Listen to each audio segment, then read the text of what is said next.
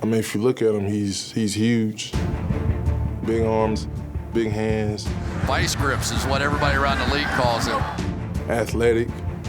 And one thing about him, he never talks smack. He just a quiet, silent giant.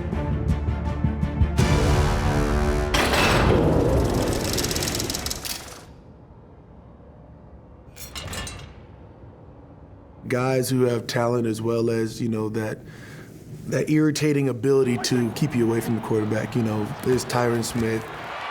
Tyron Smith is probably the best tackle in the NFL. They said he had a six-pack. Get down, baby! And I don't think any offensive linemen have six-packs in the NFL. The six-pack may be debatable, but Tyron Smith's standing with the players is not. It's his 5th straight year on the top 100 and 2nd straight as the highest-ranked offensive lineman. Plays hard, plays clean. It's hard to find a guy that big and that can keep up with speedy guys such as myself that's obviously quicker than him. Tyron Smith just took Olivier Vernon. Vernon never sniffed Dak Prescott. You can't beat him inside, and just beating him outside, you can just go home. Yeah. Well, Tyron Smith is a guy that you don't want to mess with. Ryan Kerrigan, one of the best pass rushers in the league, take it to the turf.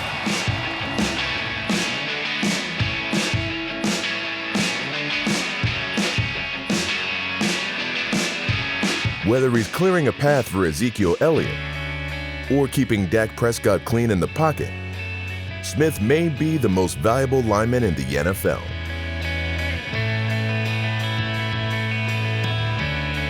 For proof, just look at the 3 games he missed in 2017.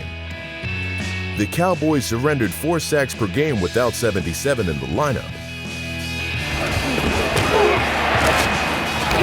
as opposed to just 1.5 with him on Dak's blind side. So the left tackle position without Tyron Smith continues to be the issue. Welcome back, Tyron Smith. That's what Dak is saying right now.